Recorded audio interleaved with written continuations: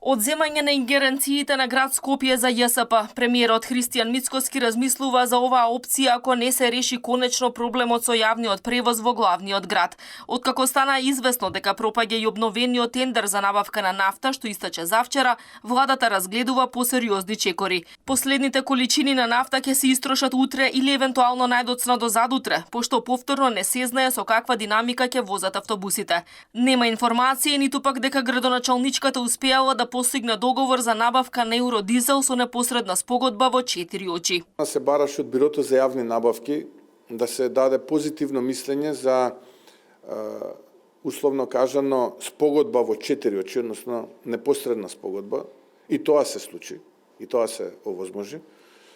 Останатото е сега до градот. Се разбира дека ние како влада нема да седиме нему и да наблюдуваме што ќе се случува, но ајде да дадеме шанса денес утре да видиме да нема некој повторна набавка, па да не се предомислат некои од економските оператори, ако не, ние повторно ќе мораме како влада да помогнеме, односно со одредена позајмица да интервенираме. Доколку градот не склучи договор за набавка на гориво и во следните денови со некој од операторите, владата ќе мора повторно да реагира со позајмување на количини од нафтените резерви.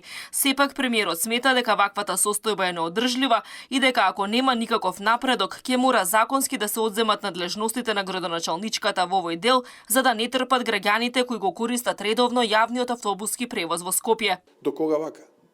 До кога вака и наистина треба